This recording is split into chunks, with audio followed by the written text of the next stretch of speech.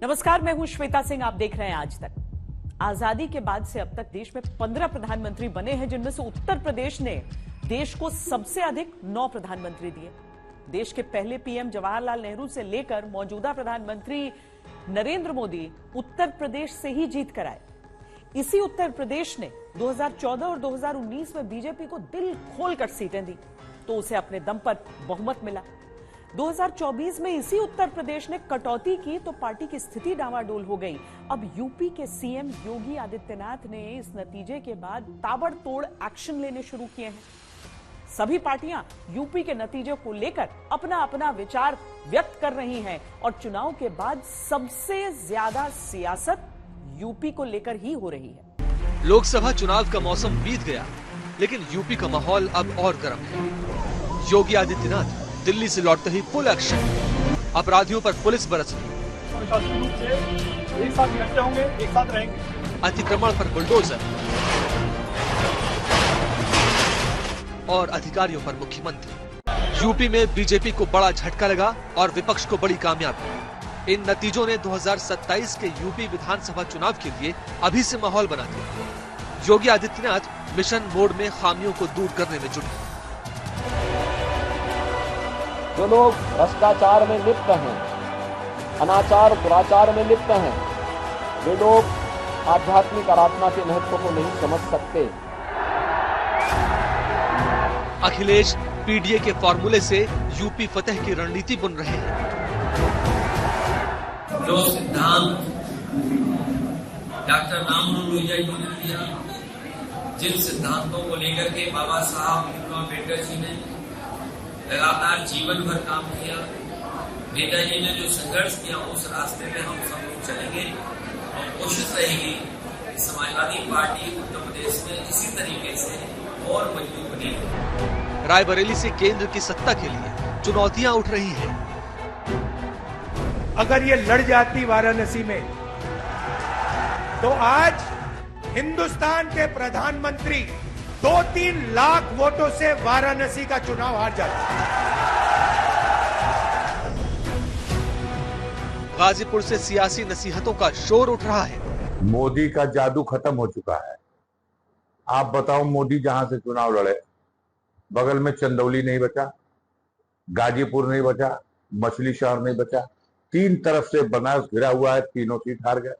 लेकिन वो तो अंतिम चरण में योगी आदित्यनाथ ने बनारस में आकर के एकदम खूंटा गाड़ करके इस बात का प्रयास कर दिया और अपने लोगों को तेज किया कि किसी भी सूरत से मोदी जी को जिता देना।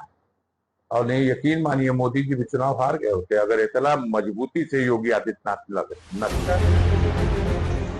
अयोध्या से उठते सुरों में चिंतन है।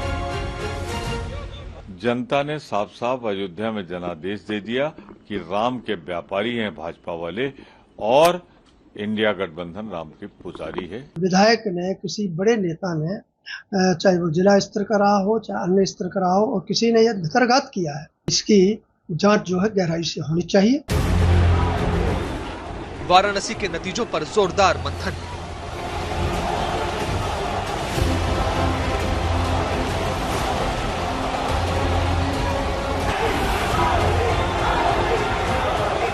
यूपी की राजनीति निर्णायक मोड़ पर खड़ी है। बीजेपी को खोया रसूख वापस पाना है। समाजवादी पार्टी अपनी रफ्तार को कायम रखना चाहती है। कांग्रेस को भी अरसे बाद यूपी से संभावनाएं जगी है।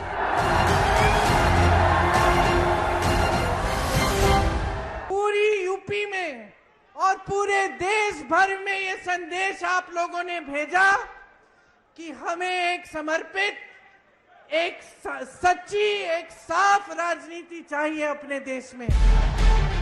बीजेपी यूपी में लड़खड़ाने का अर्थ समझती है, इसीलिए कहां समीकरण कमजोर हुए, कहां रणनीतियां फेल हुई, कहां किसने क्या घात किया, कहां किसने कितना साथ दिया, इन सब पर विचार विमर्श चल रहा है। अच्छे नतीजे न मिलने के बावजूद मोदी सरकार पार्ट 3 में सबसे ज्यादा 9 मंत्री यूपी से ही बनाए गए। कीर्तिवर्धन सिंह, मैं जितेंद्र प्रसाद, मैं अनुप्रिया पटेल, मैं पंकज चौधरी। प्रधानमंत्री मोदी लोकसभा चुनाव के बाद वाराणसी जाने वाले हैं। गोरखपुर में आरएसएस प्रमुख डेरा शिविर लगाए हैं। मुलाकात होगी, बात होगी, और नई रणनीति पर विचार भी होगा।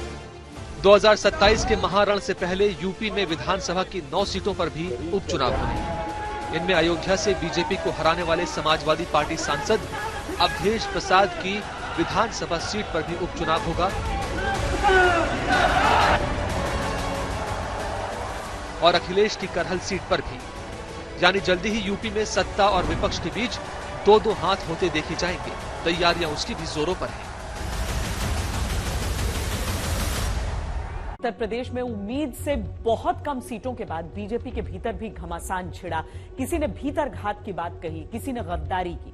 नतीजे के बाद चर्चा ये शुरू हुई कि योगी आदित्यनाथ को लेकर पार्टी में ऑल इज नॉट वेल। हालांकि शपथ ग्रहण में जब मोदी और योगी के मिलने की तस्वीरें सामने आई तो उन अटकलों की हवा निकली। योगी अमित शाह से भी मिले और राजनाथ सिंह से भी, और अब योगी आदित्यनाथ ने मिशन 2027 की शुरुआत कर दी। बीती ताही बिसार दे, आगे की सुधि ले, यानी जो बीत गया उसे भूलकर आगे के बारे में विचार करो। कुछ इसी अंदाज में पीएम मोदी ने योगी आदित्यनाथ की पीठ थपथपाकर दिल्ली से वापस यूपी भेजा। भरोसे का हौसला देकर, समर्थन की हिम्मत दी। यूपी से बीजेपी को बड़ी उम्मीदें थी। 80 में 80 सीटों का लक्ष्य था और इसी उम्मीद में बीजेपी ने 400 पार का नारा गढ़ा था। लेकिन यूपी से ही बीजेपी को सबसे बड़ी निराशा मिली। कई किंतु परंतु सामने आए। मतभेद से लेकर मनभेद की बातें उठी, लेकिन इस एक तस्वीर ने सब साफ कर दिया। प्रधानमंत्री का विश्वास लेकर योगी आदित्यनाथ फिर से जुटे हैं यूपी की टूटी कड़ियां जोड़ने। चुनौती नई है, लेकिन अंदाज वही पुराना है जिसके लिए वो जाने जाते हैं। नाराज नहीं होते रे, नाराज नहीं होते, नाराज नहीं होते, नाराज नहीं होते, नाराज नहीं होते। योगी आदित्यनाथ जब से दिल्ली से लौटे हैं फुल फॉर्म में हैं। एक के बाद एक ताबड़तोड़ फैसले ले रहे हैं। खराब प्रदर्शन करने वाले अधिकारियों पर कार्रवाई की तैयारी, भ्रष्टाचार में लिप्त अधिकारियों के खिलाफ जीरो टॉलरेंस की नीति, सभी निर्माण कार्यों की समीक्षा और समय पर पूरा करने के लिए कड़ी हिदायत। गंगा और तालाबों के किनारे अतिक्रमण पर कई जगह बुलडोजर एक्शन, अपराधियों के खिलाफ ऑपरेशन लंगड़ा के तहत 22 एनकाउंटर। देखिए, सबसे बड़ी बात जो पहला लक्ष्य था कि देश में माननीय नरेंद्र मोदी जी को तीसरी बार प्रधानमंत्री बनाने का वो सपना साकार हुआ। एनडीए गठबंधन का वो सपना साकार हुआ और मजे की बात, गठबंधन ने पहले ही प्रत्याशी घोषित करके प्रधानमंत्री पद का चुनाव लड़ा और प्रधानमंत्री पद की जीत हुई। ये पहली चीज है। रही बात जो आप लोगों के जहन में है कि सीटें कम आई, तो उसकी समीक्षा हो रही है, हो जाती है। योगी आदित्यनाथ के सामने यूपी में फिर से पार्टी का खोया जनाधार हासिल करने की बड़ी चुनौती है। अयोध्या में मिली हार और वाराणसी में कम हुआ जीत का अंतर बड़ा सवाल है उनके सामने। प्रधानमंत्री मोदी को वाराणसी आना है। योगी आदित्यनाथ उससे पहले वाराणसी पहुंचकर समीक्षा कर रहे हैं। उत्तर प्रदेश में जो प्रत्याशित रिजल्ट थे उस पर भी चर्चा हमको लोगों में होगी और निश्चित रूप से जो कमियां हैं उस पर आएगा, फिर आगे सुधार किया जाएगा, फिर जीत में दर्ज किया जाएगा। बीजेपी को यूपी में झटका क्यों लगा? क्या ओबीसी वोट साथ नहीं आया? भीतर घात की बातें क्यों उठी? राजपूत समाज की नाराजगी का क्या असर पड़ा? अब आगे खोया हुआ विश्वास जनता के बीच फिर से कैसे कायम हो? इन सारे सवालों के जवाब के लिए बीजेपी नेतृत्व योगी आदित्यनाथ की तरफ देख रहा है। चुनाव के बीचों बीच जब अरविंद केजरीवाल को प्रचार के लिए बेल मिली तो उनके एक बयान ने खूब बवाल मचाया। बयान योगी आदित्यनाथ को लेकर कि चुनाव खत्म होने के 2 महीने के अंदर उनसे सीएम की कुर्सी छीन ली जाएगी। योगी ने इस आरोप का पुरजोर खंडन किया। अब नतीजे आने के बाद समाजवादी पार्टी के सांसद अफजाल अंसारी ने फिर योगी को लेकर एक बयान दिया है। क्या विपक्ष को सचमुच योगी आदित्यनाथ के प्रति अतिरिक्त सहानुभूति है या फिर योगी के जरिए वो यूपी की राजनीति में कोई और ही निशाना साधना चाहते हैं? योगी जी, आपके असली दुश्मन तो आपकी पार्टी में बैठे हैं। प्रधानमंत्री जी और अमित शाह जी आपको यूपी की कुर्सी से हटाने का पूरा प्लान बना चुके हैं। प्लान बना चुके हैं।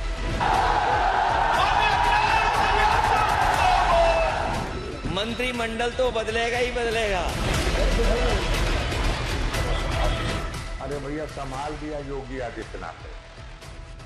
मोदी का जादू खत्म हो चुका है। खत्म हो चुका है। विपक्ष के पास जब कोई मुद्दा नहीं है तो वह आपस में बांटने की राजनीति कर रही है, बांटने की राजनीति कर रही है।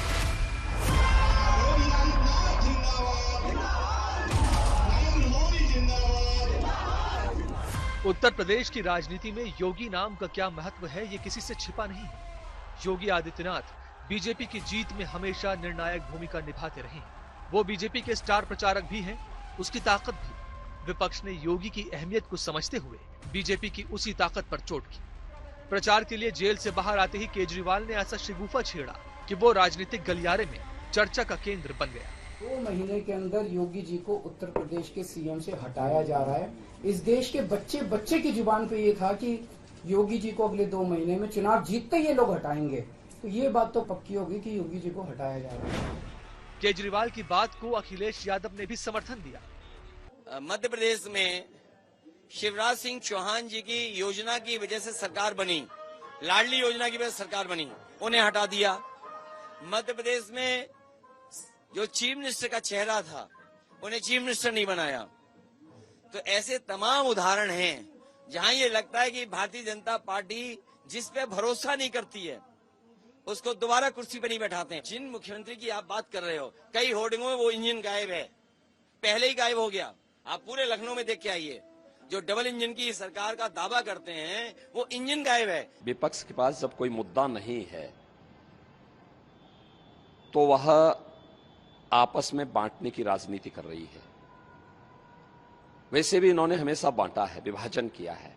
पहले देश को बांटा कांग्रेस ने, फिर इसके बाद इन लोगों ने क्षेत्र के आधार पर, भाषा के आधार पर बांटा, और इस चुनाव में जाति के आधार पर बांट करके इन्होंने अनेक प्रकार के प्रोपोगंडा किए। तो यह उनका एक प्रोपोगंडा है। उत्तर प्रदेश ही नहीं, पूरे देश में बीजेपी के चुनावी कैंपेन में योगी की डिमांड पीएम नरेंद्र मोदी के बाद सबसे अधिक रहती है। 2024 के लोकसभा चुनाव में नरेंद्र मोदी ने 206 रैलियां और सभाएं की, तो योगी आदित्यनाथ ने 204 की। कई राज्यों के मुख्यमंत्रियों और पार्टी के प्रदेश अध्यक्षों ने योगी आदित्यनाथ की सभाओं की मांग भी रखी। जानकार मानते हैं कि योगी को टारगेट करना राजनीति का ये एक ऐसा माइंड गेम था जो विपक्ष के लिए शायद काम कर गया। बीजेपी के लिए भी नुकसानदेह इसलिए भी रहा है क्योंकि योगी आदित्यनाथ की बड़ी फैन फॉलोइंग है, उनके बड़े तादाद में समर्थक हैं, और जब ऐसी बातें होती हैं तो जाहिर सी बात है समर्थकों में मायूसी होती है, उनमें अविश्वास फैलता है। बीजेपी की तरफ से उस अविश्वास को दूर करने की कोई कोशिश होती दिखाई नहीं दी। जेपी नड्डा ने इस मामले में सफाई जरूर दी, लेकिन जब सफाई दी तब तक बहुत देर हो चुकी थी और कई चरणों के मतदान हो। यूपी में बीजेपी के भीतर एक लड़ाई पश्चिमी उत्तर प्रदेश के मोर्चे पर छिड़ गई है। आमने सामने है पूर्व केंद्रीय मंत्री संजीव बालियान और पूर्व विधायक संगीत सोम। लड़ाई इतनी बड़ी हो गई कि मामला अब थाने तक पहुंच गया। मेरा पानी उतरता देख किनारे पर घर मत बना लेना, मैं समंदर हूं, लौट के जरूर आऊंगा। पत्थर पे सिर पटक के कुछ नहीं होता, पत्थर पे सिर पटक के कुछ नहीं होता। समंदर को वापस आना नहीं आना वो उसे पता होगा। पश्चिमी उत्तर प्रदेश में बीजेपी के 2 दिग्गज आमने सामने हैं। एक तरफ बीजेपी के पूर्व विधायक संगीत सोम और दूसरी ओर पूर्व केंद्रीय मंत्री संजीव बालियान। जब से लोकसभा चुनाव में संजीव बालियान की हार हुई है, दोनों नेताओं के बीच घमासान छिड़ा है। थाना लालगुर्दी अंतर्गत एक प्रार्थना पत्र प्राप्त हुआ है जिसके संबंध में जो बिंदु दिए गए उसके बारे में जांच की जा रही है। हाँ, एक जो प्रार्थना पत्र भेजा गया उसके प्रार्थना पत्र में जो बिंदु अंकित है उसके बारे में एक जांच की जा रही है थाना लालगुर्दी के माध्यम से।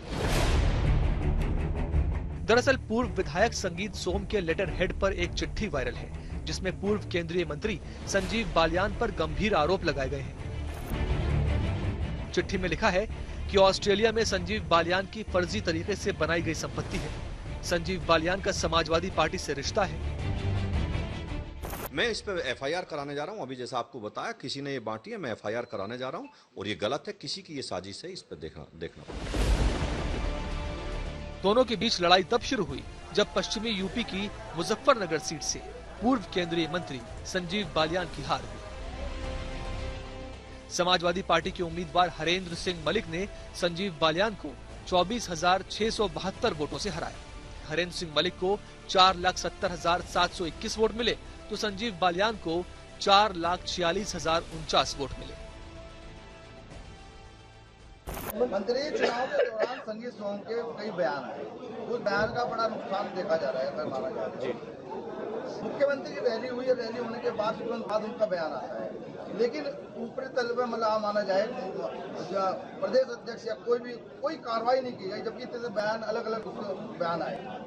हाँ, मैं उम्मीद करता हूँ कि कार्रवाई होनी चाहिए थी और आगे भी उम्मीद रखूंगा अपनी पार्टी से कि जो बिल्कुल खुले तौर पर जिन्हें समाजवादी पार्टी का चुनाव लड़ा और यहाँ बड़ी पोजीशन लिए हुए हैं और सरकारी सुविधाएं भी ले रहे हैं, तो कृपया करके पार्टी, मेरा निवेदन रहेगा, पार्टी इस पर शायद ध्यान देगी और कार्रवाई निश्चित। इस सवाल जवाब के बाद ही संगीत सोम भड़क गए। उन्होंने भी प्रेस कॉन्फ्रेंस करके बालियान पर आरोपों की झड़ी लगा दी। मुझे तो मीडिया के सामने इस बात के लिए आना पड़ा क्योंकि मुझ पर नाम लेकर आरोप लगाया गया। मैं भारतीय जनता पार्टी के अपने नेतृत्व से यही कहूंगा कि इस सारे विषय की जांच होनी चाहिए। मैं संजीव बालियान जी को भी यही सलाह देना चाहता हूं कि पार्टी के कार्यकर्ता के तरीके से आप अपनी बात रखिए, पार्टी फोरम पर रखिए।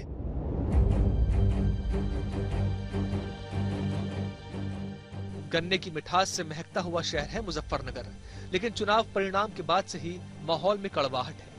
ऐसा नहीं है कि इस बवाल की शुरुआत अब हुई है। दोनों नेताओं के बीच अदावत पुरानी है। 2022 विधानसभा चुनाव में संगीत सोम हारे तो उन्होंने ठीकरा बालियान पर फोड़ा। बीजेपी के खिलाफ ठाकुरों की पंचायत हुई, उस दौरान भी दोनों में आरोप प्रत्यारोप हुए थे।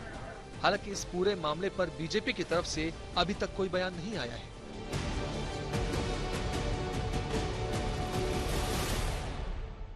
कांग्रेस के लिए 2019 की हार का सबसे कचोटने वाला किस्सा अमेठी से निकला था और 2024 की कहानी का सबसे बड़ा मरहम भी उन्हें अमेठी से ही मिला। राहुल गांधी ने अमेठी नहीं बल्कि रायबरेली से चुनाव लड़ा और कांग्रेस अमेठी और रायबरेली दोनों ही सीटें जीत गई। राहुल जब अपनी जीत पर बोलने लगे तो दावा वाराणसी तक का कर दिया।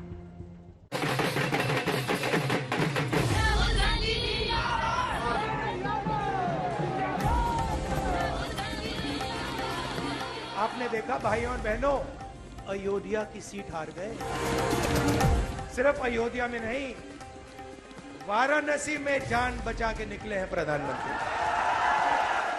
कार्यकर्ता अमेठी के, रायबरेली के, मैं आपको दिल से धन्यवाद करता हूं। सीटें भले ही यूपी में 6 मिली हों, लेकिन ये उत्साह, ये जोश उत्तर प्रदेश में कांग्रेस के रिवाइवल का है।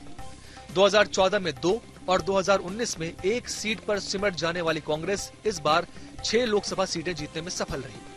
यानी उत्तर भारत और हिंदी बेल्ट के सबसे बड़े राज्य में कांग्रेस को एक बार फिर सियासी जमीन तैयार करने का मौका नजर आ रहा है। प्रधानमंत्री को आपने मैसेज भेजा है कि संविधान को आपने छुआ तो देखो हम आपके साथ क्या करते हैं। और अगर देश को नया विजन देना है तो भाइयों और बहनों, उत्तर प्रदेश से ही देना होगा। पहली बार हमने देखा कि प्रधानमंत्री खुलकर हिंसा और नफरत की राजनीति कर रहे थे। आदरणीय प्रधानमंत्री जी, हम सभी को अनुग्रहित करेंगे।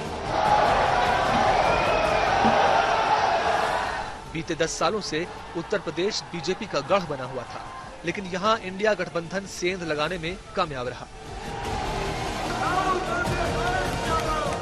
नाक का सवाल बन गई अमेठी सीट भी कांग्रेस के खाते में गई।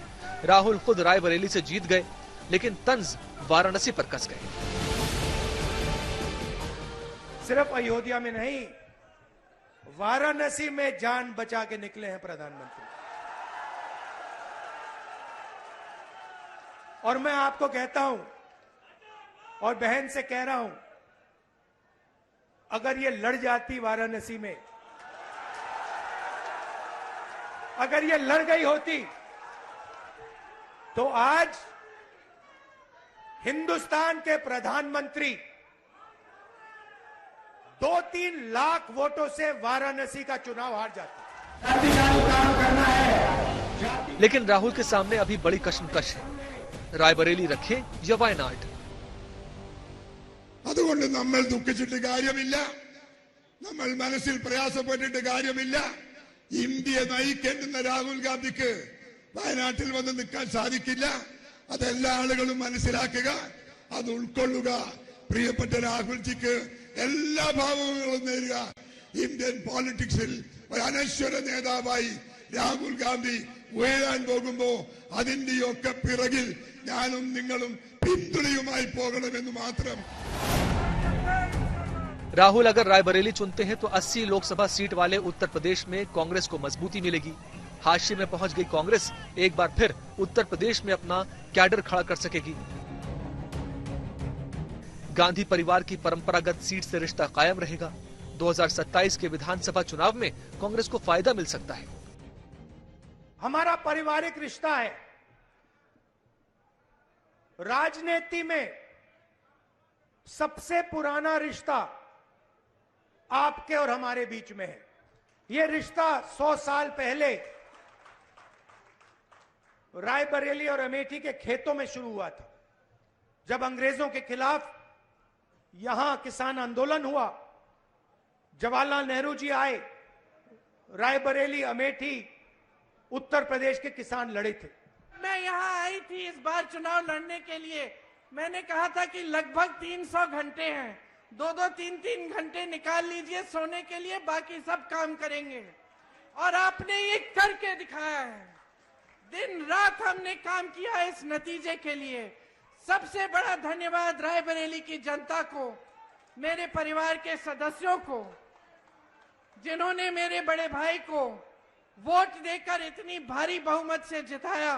हम सब आपके आभारी हैं। भले ही यूपी से कांग्रेस की बड़ी उम्मीदें जुड़ गई हैं, लेकिन खोई हुई जमीन हासिल करना भी आसान नहीं होगा। 2019 के चुनाव में जब आप देखेंगे तो 6.36% का वोट शेयर रहा था कांग्रेस का। 2024 में यही वोट शेयर बढ़कर 9.46% हो गया। सीटों की बात करें तो एक सीट थी रायबरेली की महज 2019 में, इस बार 6 सीटें यानी 6 गुना बढ़ोतरी हुई। 17 सीटों पर कांग्रेस लड़ी थी, जिनमें से 11 सीटों पर कांग्रेस भले ही जीती ना हो, लेकिन वहां पर भी उसका वोट शेयर 40% बढ़ा है। और सहारनपुर और प्रयागराज ऐसी सीटें हैं जहां पर 40 साल बाद, 4 दशक बाद कांग्रेस को जीतने का मौका मिला। तो ये सारे आंकड़े तस्दीक कर रहे हैं कि कांग्रेस को बेहतर हुई है उसकी स्थिति उत्तर प्रदेश में। लोकसभा चुनाव में कांग्रेस को यूपी में जरूर फायदा हुआ है, लेकिन बीते 5 विधानसभा चुनाव के परिणाम कांग्रेस को निराश ही करते हैं। सवाल यही है, जैसे लोकसभा चुनाव में कांग्रेस ने अपना प्रदर्शन सुधारा, क्या ऐसा उत्तर प्रदेश विधानसभा चुनाव में भी मुमकिन है? अखिलेश यादव ने जब पिछले यूपी विधानसभा चुनाव से पहले अपनी सांसदी छोड़ी तो ये कहकर कि वो राज्य पर फोकस करना चाहते हैं, लेकिन लोकसभा चुनावों के बीचों बीच उन्होंने अचानक कन्नौज से चुनाव लड़ने का फैसला कर लिया। समाजवादी पार्टी ने इन चुनावों में यूपी में जबरदस्त कमबैक किया और अब अखिलेश ने भी संसद में ही आवाज बुलंद करने का फैसला किया है।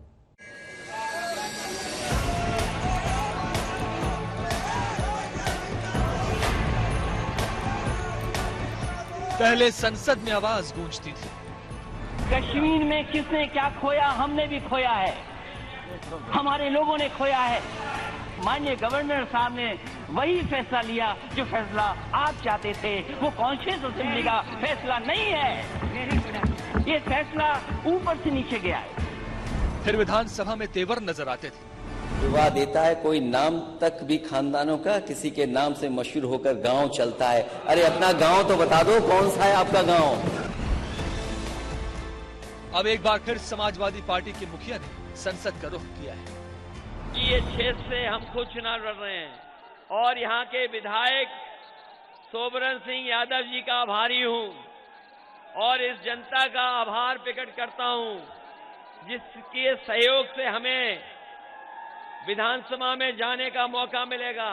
करहल और मैनपुरी के कार्यकर्ताओं से बातचीत भी की, मिलने का भी काम किया और उन लोगों से मैंने कहा भी कि अब जब 2 जगह से चुनाव में जीत गया हूँ तो एक सीट छोड़नी पड़ेगी। तो बहुत जल्दी मैं विधानसभा में अपना जो हमें सीट छोड़नी है उसकी जानकारी दे रहे हैं। उत्तर प्रदेश में बीजेपी का खेल खराब होने का एक बड़ा कारण समाजवादी पार्टी का यूपी में शानदार प्रदर्शन रहा। यूपी में बीजेपी सीटें न हारती तो बहुमत के और करीब आ जाती, लेकिन अखिलेश यादव के नेतृत्व में समाजवादी पार्टी ने उत्तर प्रदेश में सबसे ज्यादा सीटें जीती। जाहिर है विधायक के तौर पर विधानसभा में जिस करहल का प्रतिनिधित्व कर रहे थे उसको छोड़कर संसद में कन्नौज की जिम्मेदारी निभानी थी। लिहाजा अखिलेश यादव ने करहल विधानसभा सीट और नेता प्रतिपक्ष के पद से इस्तीफा दे दिया। समाजवादी पार्टी के राष्ट्रीय अध्यक्ष माननीय अखिलेश यादव जी लोकसभा का चुनाव जीते हैं और जो करहल से विधानसभा की सीट उनके पास थी वहां पर वो इस्तीफा देंगे और लोकसभा में दल के नेता होंगे। अखिलेश यादव को राज्य और राष्ट्रीय दोनों स्तर पर राजनीति का लंबा अनुभव है। सबसे पहले 2000 में उपचुनाव जीतकर अखिलेश कन्नौज से सांसद बने। 2004 में फिर कन्नौज से चुनाव लड़कर लोकसभा पहुंचे। 2009 में फिर कन्नौज और फिरोजाबाद से जीते, कन्नौज को चुना। 2012 में यूपी के सीएम बने तो सांसद पद से इस्तीफा दिया। 2019 में दोबारा लोकसभा का रुख किया, आजमगढ़ से जीतकर संसद पहुंचे। 2022 में सांसद पद से इस्तीफा दिया, करहल से विधानसभा का चुनाव जीते। अब 2024 में दोबारा करहल छोड़कर कन्नौज को चुना है। मैनपुरी जिले की करहल सीट से ही मुलायम सिंह यादव चुनाव लड़ा करते थे। इस लिहाज से ये उनकी पारिवारिक सीट हुई। यहाँ से लड़ना और जीतना समाजवादी पार्टी काडर के लिए बहुत अहम माना जाता रहा। हालांकि कन्नौज लोकसभा सीट से उनकी हालिया जीत ने उन्हें एक नई जिम्मेदारी दी। बहुत दिनों बाद ये ऐतिहासिक जीत और ऐसी जीत कि जिसने देश में समाजवादी पार्टी को तीसरे नंबर पर पहुंचा दिया है। जहां तीसरे नंबर पर समाजवादी पार्टी पहुंची है वहीं जिम्मेदारी भी समाजवादियों की बड़ी है। नेता प्रतिपक्ष का पद छोड़ना भी अखिलेश के राजनीतिक सफर में एक अहम मोड़ है। लोकसभा में समाजवादी पार्टी 37 सांसदों के साथ बीजेपी और कांग्रेस के बाद तीसरे नंबर की पार्टी बन गई। समाजवादी पार्टी उत्तराखंड, मध्य प्रदेश, राजस्थान और दिल्ली जैसे राज्यों में पहले से ही चुनाव लड़ती रही है। अब अखिलेश चाहेंगे कि यूपी की जीत का फायदा दूसरे राज्यों में भी हो। 4 जून के नतीजों में उत्तर प्रदेश के भीतर सबसे बड़ी चर्चा अयोध्या यानी फैजाबाद लोकसभा के नतीजों को लेकर छिड़ी। इस सीट से बीजेपी के उम्मीदवार की हार हुई। विपक्ष ने इसे बीजेपी के नफरत की हार करार दिया। बीजेपी इस नतीजे के सभी पहलुओं की अब समीक्षा कर रही है। भारतीय जनता पार्टी और भी सीटें हारती उत्तर प्रदेश में। आप जब अयोध्या का नाम ले रहे हैं, अयोध्या की जनता का मैं धन्यवाद देता हूं। अयोध्या की जनता का दुख दर्द आपने भी समय समय पर देखा होगा। उन्हें जो उम्मीद थी वहां की जनता को, जिस तरह के सरकार का कामकाज था, लोगों को मुआवजा नहीं दिया सही जमीन का, लोगों के साथ अन्याय किया, आपने मार्केट की कीमत से जमीनें नहीं ली उनकी। जब लैंड एक्विजिशन करने के लिए आप चले तो आपने दबाव बना करके झूठे मुकदमे लगा करके उनसे जमीन छीन ली। आप किसी पुण्य काम के लिए आप गरीबों को जान रहे हैं। तो इसीलिए मैं समझता हूं अयोध्या और आसपास की जनता ने भारतीय जनता पार्टी के खिलाफ मतदान किया।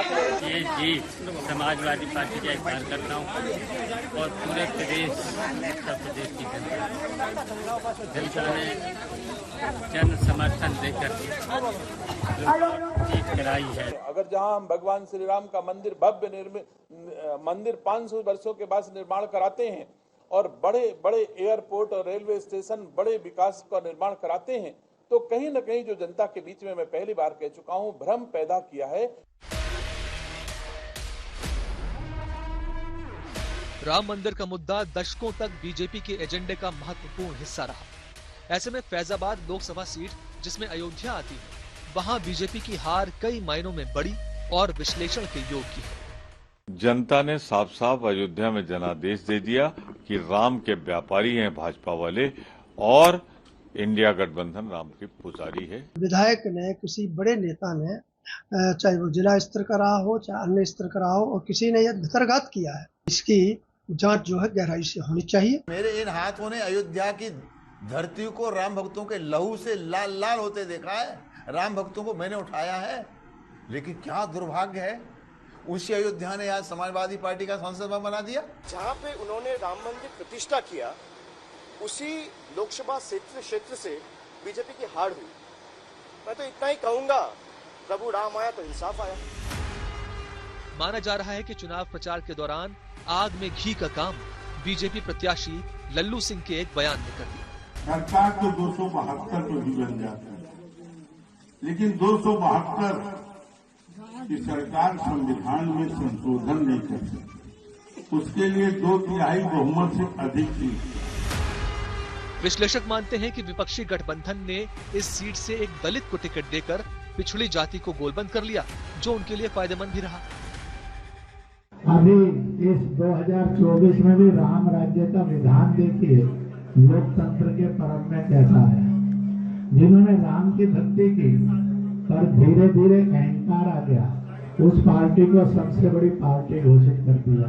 पर उसका और जो पूरा उसको मत मिलना चाहिए, जो शक्ति मिलनी चाहिए, वो भगवान ने अहंकार के कारण हुआ।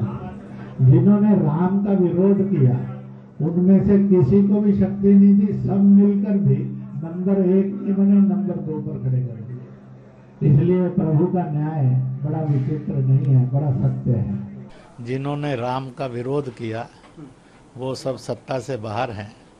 जिन्होंने राम की भक्ति का संकल्प लिया, आज वो सत्ता में है और तीसरी बार की सरकार श्री नरेंद्र मोदी के नेतृत्व में बन गई है। देश उनके नेतृत्व में दिन दुगनी रात चौगनी तरक्की करेगा, यह विश्वास जन जन में जागृत हुआ है और ये विश्वास फले फूले, इसकी शुभकामना करते हैं। ये भी कहा जा रहा है कि इस चुनाव में मतदाताओं ने स्थानीय मुद्दों पर ज्यादा जोर दिया। विपक्ष भी इन्हीं मुद्दों पर चुनाव लड़ रहा था।